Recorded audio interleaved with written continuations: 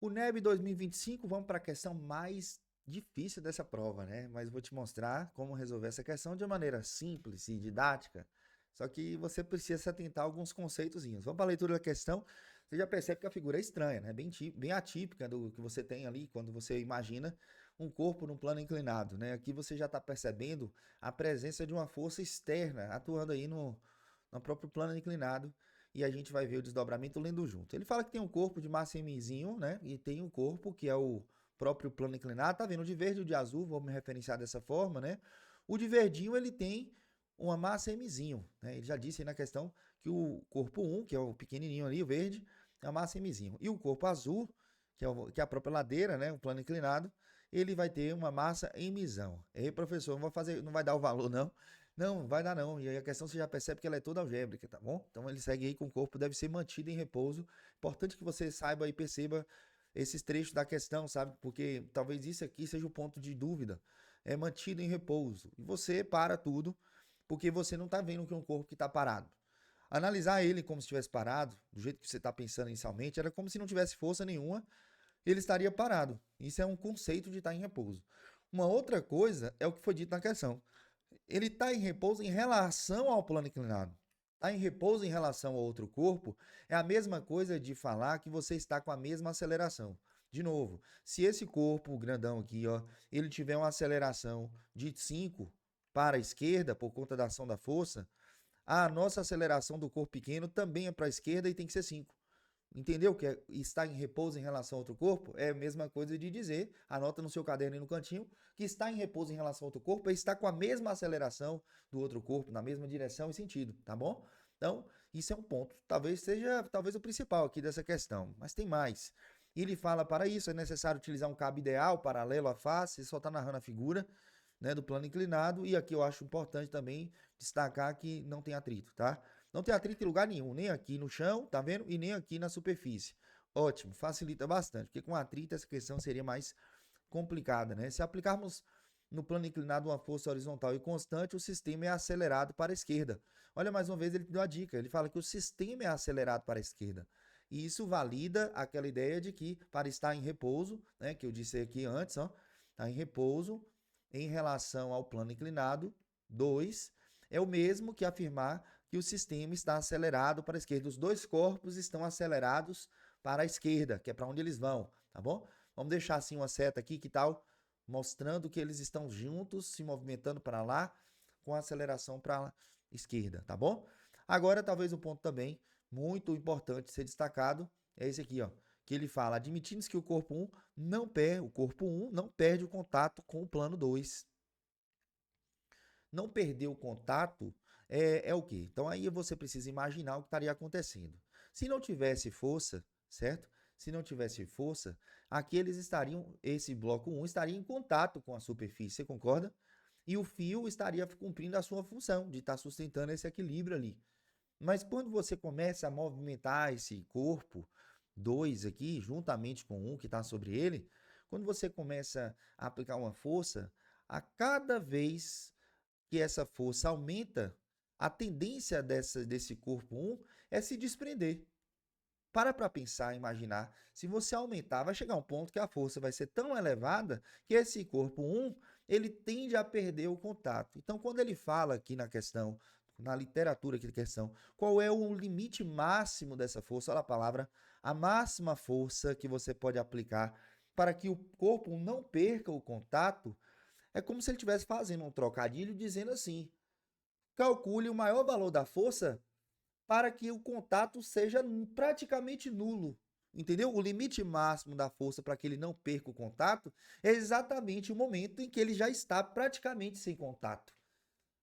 Pegou a visão? Acho que isso aí eu acho que seria a parte mais complicada de ser interpretada por você que está fazendo essa questão junto comigo. Então, professor, o que você está querendo me dizer? Eu já vou destacar aqui, ó, o que ele fala aqui, ó, que o atrito é zero, força de atrito é zero, não tem FAT. E nesse trecho aqui, ele está dizendo para você que a normal é zero. Entendeu? E você precisava perceber isso aqui, sobretudo essa última partezinha, pra gente conseguir dar sequência aí à questão, entendeu? Aqui a gente pode destacar também que a aceleração é a mesma, né? A aceleração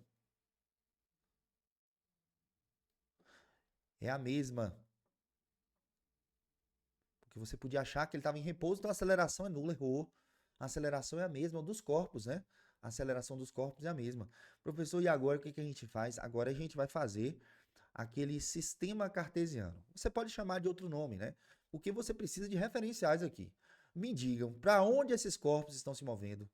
Esse corpo, ele está se movendo horizontalmente, inclinado, como é que você está? Olha, todo o sistema cartesiano, ou sistema de eixos de direção, que você quiser analisar, ele tem que ser fundamentado na direção em que os corpos se movimentam.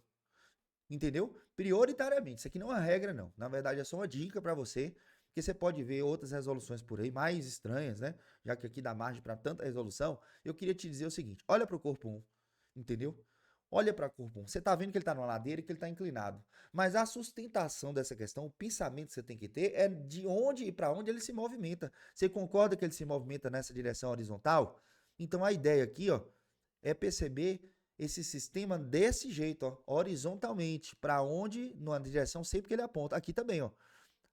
Aqui nós temos uma direção perpendicular. Quando eu falar de outra vez que eu estou falando de um sistema cartesiano ou plano de direções, vou até colocar aqui para você não confundir. Ó.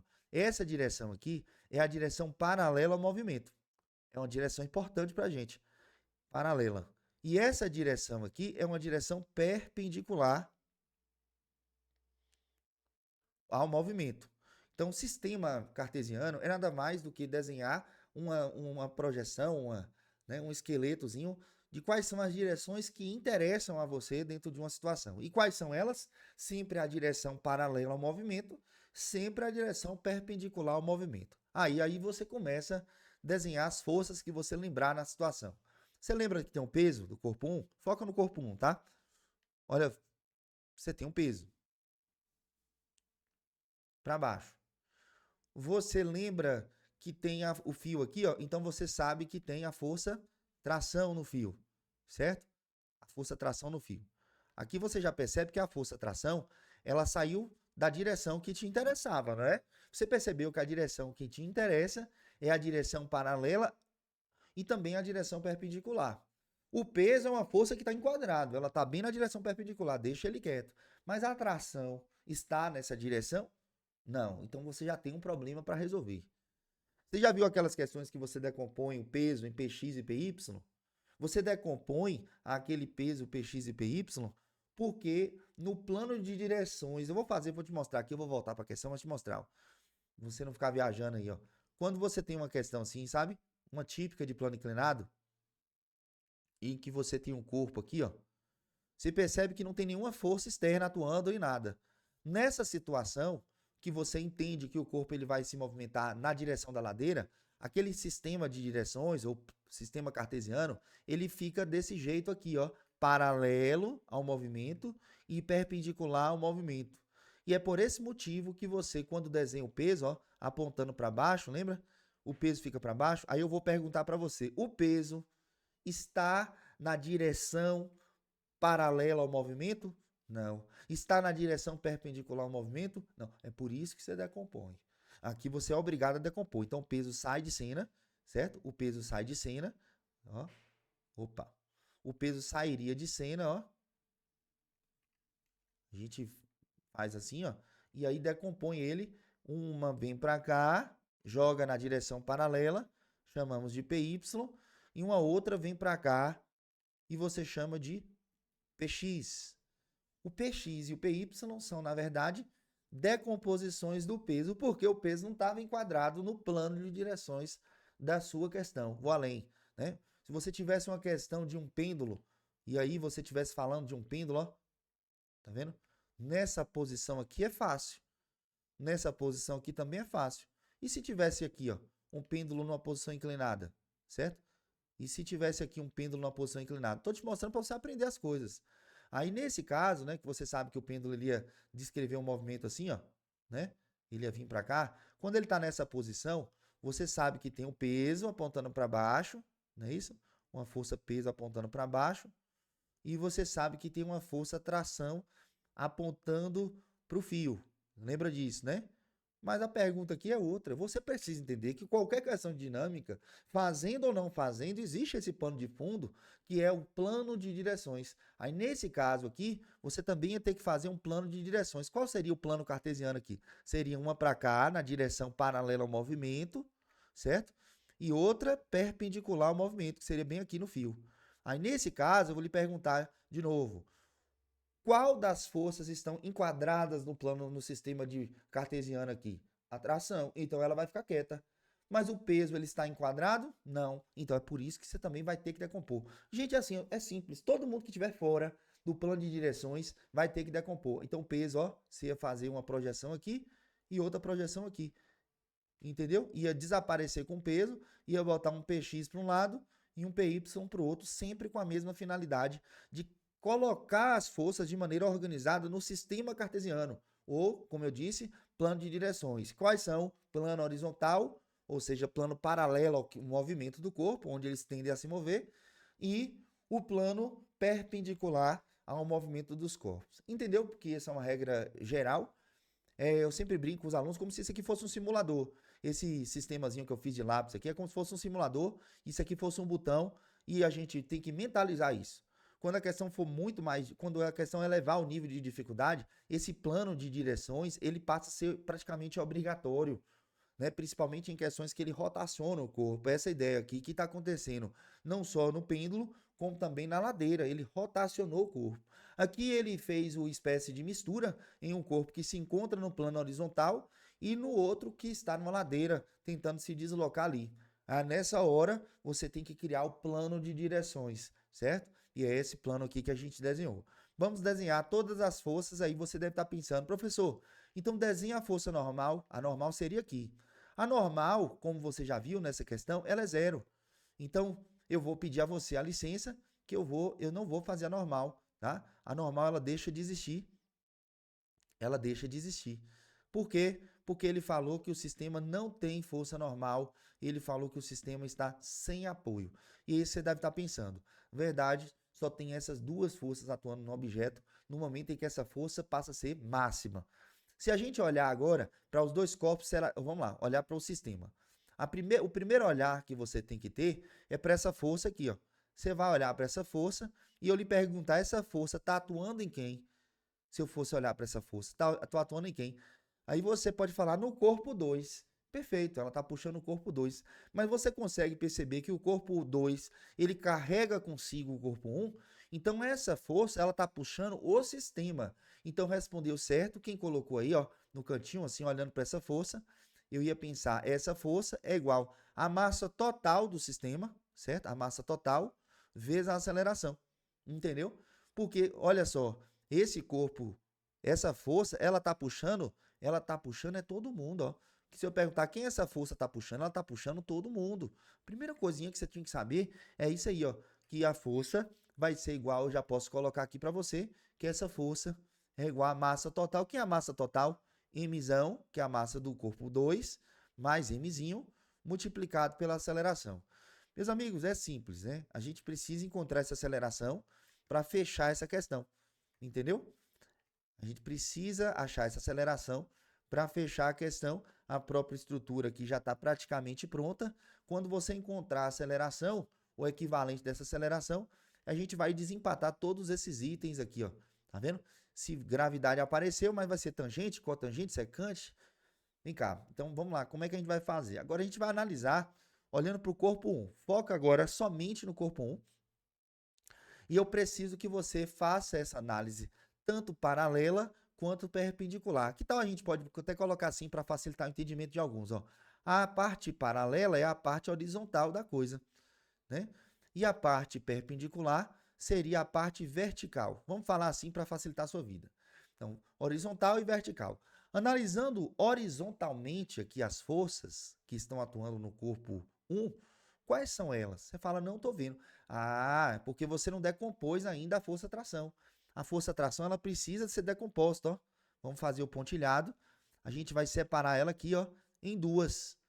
Uma horizontal, que eu vou chamar de TX, e você vai chamar essa aqui, ó, vertical, de quê? De TY. Quando você faz a decomposição, você precisa ter coerência com o que eu vou te falar. Nesse momento, você está ignorando a força tração, ela passa a não existir mais na análise, e quem está no lugar dela são as decomposições, o TX e o TY, estão aqui representando elas de forma enquadrada nos planos de eixo, né, do horizontal e vertical. Agora, eu precisava falar para você que esse ângulo aqui é alfa? Será que eu precisava falar para você que se esse ângulo da ladeira é alfa, esse também é alfa? Não, aí você vai me ajudar, né? Conceituar que isso aqui é o mesmo ângulo, ó. Então, vamos fazer a análise simples, a questão já vai acabar. Vamos analisar as forças verticalmente e horizontalmente. Vamos lá. Vamos botar até no cantinho aqui, ó. Vamos analisar primeiro verticalmente. Na vertical, olhando para o corpo 1, né? Na vertical, que forças que você está analisando? Você fala que o peso tem que ser igual ao TY, não é isso? É, porque verticalmente ele não está nem subindo nem descendo. Então você sabe que essa aqui é igual a essa. Vamos anotar, ó, TY, verticalmente assim, ó, TY é igual a quem? Ao peso. Beleza. Peso do corpo 1, você está sabendo. E quem é TY? Quem é TY? Ah, TY é fácil de você analisar, porque o TY, olha aí, ó, o TY, ele na verdade vai ser o seno ou cosseno desse T. Aí você tem que lembrar de algumas aulinhas de dinâmica. Eu tenho que falar sempre, quem está do lado do ângulo, coça. Quem está do lado do ângulo é o TX. TX é o cosseno. E o TY é o seno. Aí você vai colocar para mim assim, ó. Nós temos o TY, que vai ser o T, vezes o seno do ângulo, tá vendo? De alfa. É igual ao peso, que é o peso do corpo 1, mzinho vezes a gravidade. Beleza? Não tem mais nada para você fazer aqui não. Verticalmente é isso. Agora vamos analisar horizontalmente. Horizontal. Na horizontal, você vai falar para mim o seguinte, horizontalmente, quem é que está na horizontalmente? Só tem TX.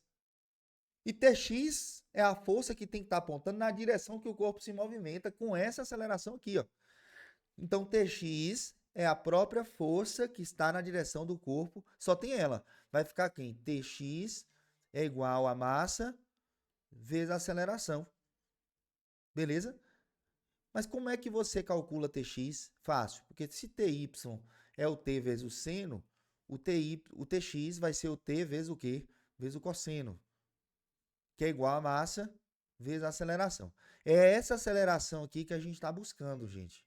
É essa aceleração aqui que a gente está buscando. Então, o que, que você vai fazer? Você precisa agora misturar essas duas equações. Você precisa isolar aqui, ó. Isolar a tração, joga dentro da outra, ou pode dividir diretamente uma fórmula pela outra, porque ela tem a mesma estrutura, como você achar melhor, sabe?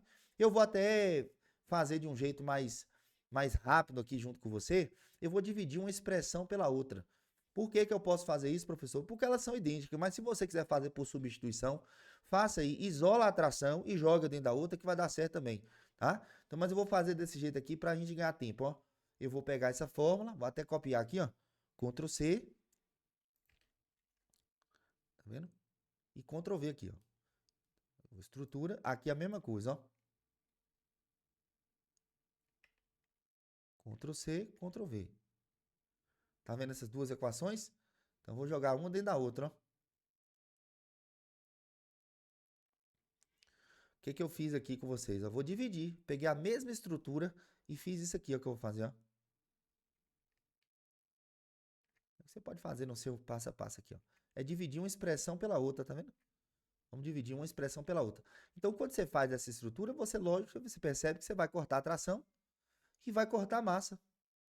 Isso aí é o pulo do gato, né? Então, mas faça do seu jeito, tá bom? Faça do seu jeito. Faça isolando para você ver que vai dar a mesma coisa. Então, aí eu vou isolar aqui para dizer quanto que é a aceleração. A aceleração é igual. Multipliquei a gravidade pelo cosseno, fica gravidade vezes o cosseno do ângulo sobre o seno do ângulo. Beleza. Então, quem chegou até aqui já acabou a questão. Se a aceleração, presta atenção, se a aceleração é gravidade multiplicado pelo cosseno sobre o seno, eu já posso jogar esse valor de aceleração exatamente aonde? Exatamente aqui, ó. Entendeu? Vamos substituir agora nessa expressão para a gente finalizar a questão e ver o que vai aparecer ali nas respostas, ó. Vamos botar ela aqui no canto, ó. Tá vendo? Vamos lá, substituindo então aqui, ó. Vou apagar aqui para você. Ó, pronto, joga aqui dentro. E aí fica o quê? Fica força é igual. Força é igual a emissão mais emizinho vezes a gravidade multiplicado pelo cosseno sobre o seno, não é isso? Você vai procurar agora para marcar. Tem para marcar? Não tem para marcar. Não tem para marcar para você que não lembra qual é a relação do que se chama tangente. Professor, o que é tangente de um ângulo? Tangente é seno sobre o cosseno. Seno sobre o cosseno. E qual é o inverso da tangente? O inverso da tangente é a cotangente. E a cotangente, vou até apagar aqui. A cotangente, como você está vendo ali, ó, de um ângulo, é o contrário, na verdade, é o inverso da tangente, ó. É o cosseno sobre o seno. Se você olhar bem, isso aqui é o que nós chamamos de cotangente. Por isso que a resposta fica ali na letra, vê aí se você marca a letra B de bola, né? A letra B de bola mostra exatamente isso, ó.